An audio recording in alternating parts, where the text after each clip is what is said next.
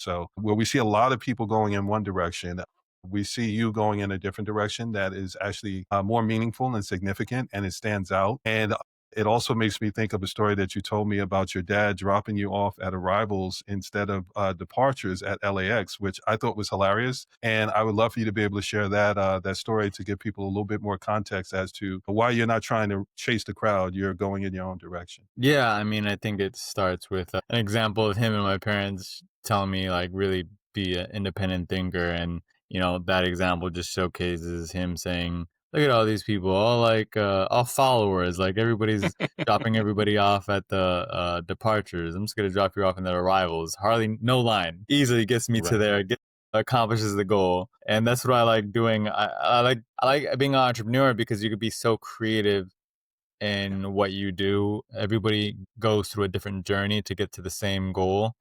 And I'm very analytical, so I look at what everybody else is doing. Yeah, sometimes I'll do what everybody else is doing, but if it doesn't align with the way I want to do it, I find other ways to go on that journey to accomplish the same goal. And that's an example of the getting leads. Networking was my favorite way to get leads and generate leads for other people. And also, too, I'm naturally don't like really talking about myself unless people ask. There's Mhm. some, like you said, the red flag is when people are constantly talking about themselves, this accomplishment, that accomplishment, this acronym that they have, or whatever it may be. I don't really care about that. And that turns most people off. Like, I want to understand what you're all about, what makes you tick, what's meaningful to you, so that I could give you those right introductions that align with your values. And then in return, it all comes back to, in the beginning, I wasn't sure if it was a right way to go about doing business because everybody else was doing it a different Mhm. way. But what confirmed within me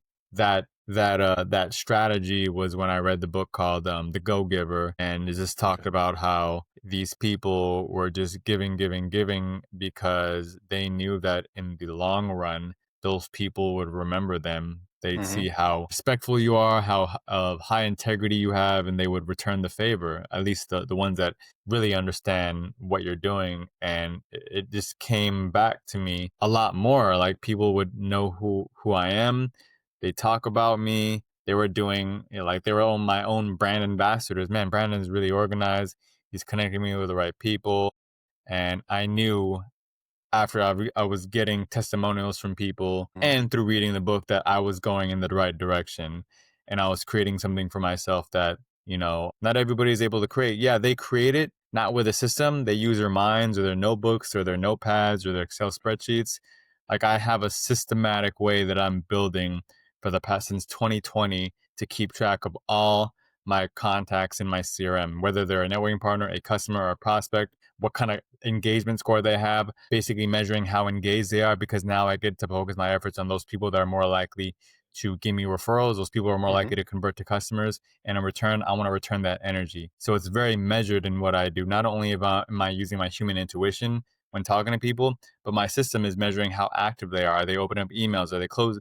Are they Right. subscribing, unsubscribing? Are they filling out forms? All those activities are assigned engagement score points. So now I can make informed decisions over who to focus my efforts on, because those people are more likely to contribute to what I'm doing. Therefore, I want to return that energy and contribute back to them.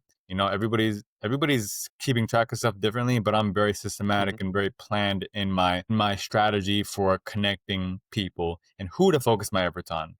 I think you're almost doing yourself a disservice because it's not just logical, but it's sensical. Like it makes sense when someone actually realizes how you set everything up. Because we've kind of seen this shift from a flawless resume to something being where people aren't actually looking at resumes the same way. What they're looking at is the relationship.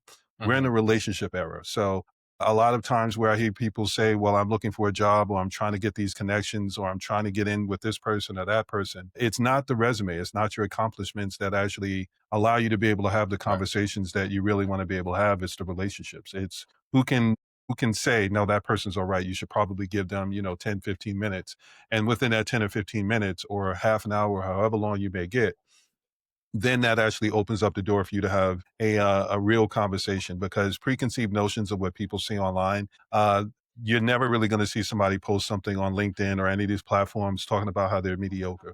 They're always going to put their best foot forward. They're always going to say, this is what I'm able to be able to do and accomplish and everything else. So, it stops being as meaningful. One of the things that I would say is at one point, being someone that could say I was an author, best-selling book, and things like that used to mean something. Now, to me, it's like saying I got a LinkedIn profile. It's like, okay, doesn't really mean the same thing to me because now I've seen the strategies where people have put things together and they say, okay, well, I'll collaborate with this expert and this expert and this expert. And then they all get together and get like 5 people and then put together a book where each person covers a chapter. And then in a retelling of it, once it's up on Amazon and some of these platforms, they'll say, oh, yeah, I'm a best-selling author.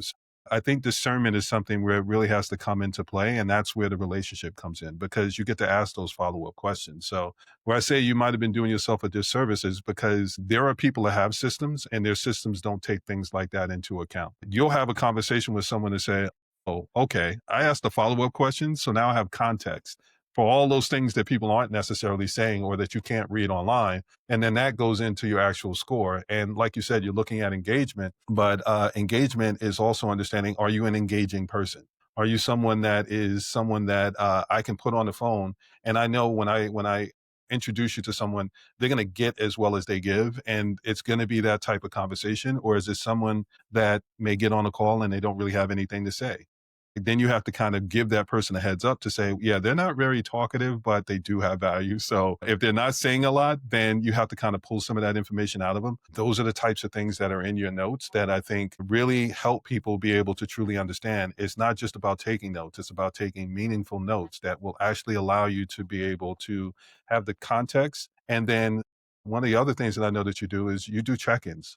So you're not just getting information and going, okay, well, the last time I spoke to that person, that's what it was. So I'm assuming it's still the same thing.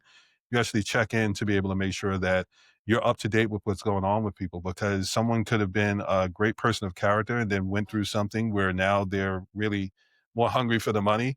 And you could say, well, what I know about this person is they're never really going to do a sale. Like they're really more interested in helping that person out. But now they're in a position where they're a little more monetarily focused. And in those situations, their process may be different. They might have switched things up. So, having a system that allows someone to not just track things, but to know what to track and to be able to have a system that says, you know what, I can customize it to what your goals are. I think that's one of the really valuable things that you have set up for your clients.